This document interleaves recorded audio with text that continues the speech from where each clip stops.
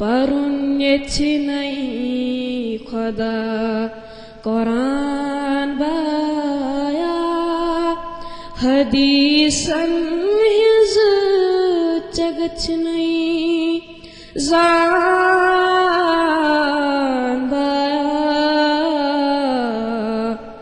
پہلا سوال یہ آیا ہے کہ نیت کا کیا حکم ہے اور قربانی کے لیے جو دعا پڑھی جاتی ہے اس میں اور نیت میں کیا فرق ہے؟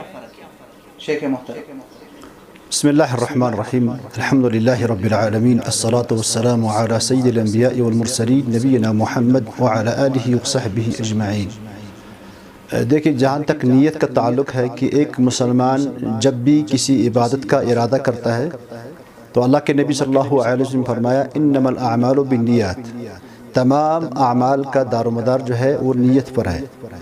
اور جب ہم قربانی کا ارادہ کرتے ہیں تو یہ ہماری نیت ہوتی ہے کہ جب ہم جانور خریدتے ہیں اور اس کی تعیین کرتے ہیں تو ہم نے دل میں جو ارادہ کیا کہ اس جانور کو ہم اللہ کی رضا کے لیے ذبح کریں گے تو یہ ہماری نیت ہے، کیونکہ نیت جو ہے وہ دل کا ارادہ ہے، دل کا کام ہے. اور زبان سے جو ہم ادا کرتے ہیں وہ ایک دعا ہے، جو دعا اللہ کے نبی صلی اللہ علیہ وسلم قربانی کے وقت پڑھتے تھے. تو یہاں کشمیر کے اندر جو ایک اشکال پیدا ہو رہا ہے کہ اگر نیت جو ہے دل کا کام ہے تو ہم زبان سے نیت کو ادا کیوں کرتے ہیں؟ تو اس میں یہ وضاحت ضروری ہے کہ دل کا ارادہ جو ہے وہ نیت کہلاتا ہے، اور جو ہم دعا پڑھتے ہیں قربانی کے وقت ذبح کرتے وقت وہ قربانی کی خاص دعا ہے، اس کا نیت کے ساتھ کوئی تعلق نہیں ہے.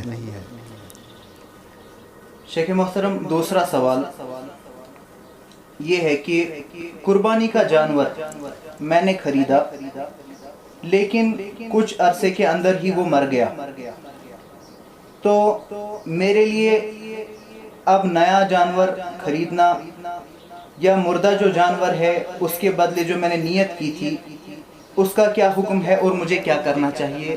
اس کا جواب.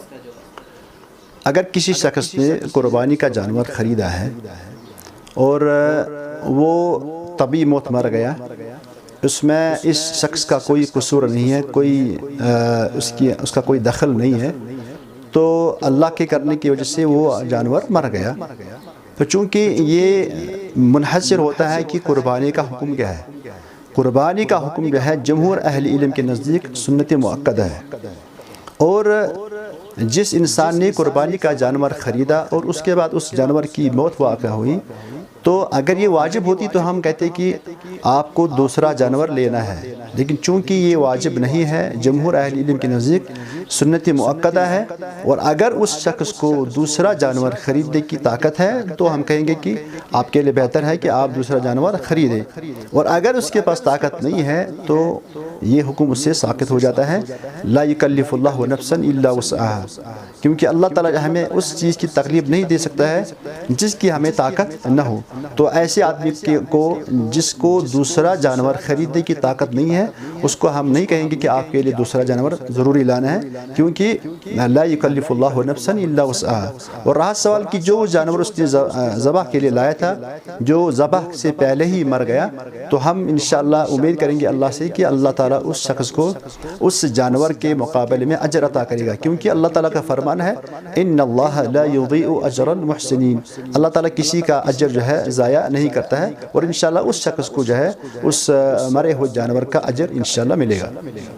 ٹھیک ہے. اسی میں ایک سوال جو ہمارے کشمیر میں عام ہے وہ یہ ہے کہ کچھ اشخاص یہ بھی بولتے ہیں کہ ایک بندے نے ایک قربانی لائی، اس کو پھر اگر وہ مر گیا تو 2 قربانیاں اس کے بدلے وہ کرنی ہے. یہ کہیں پر یا کسی فقہ آپ نے جو مختلف پڑھی ہے کہیں پر ایسی بات؟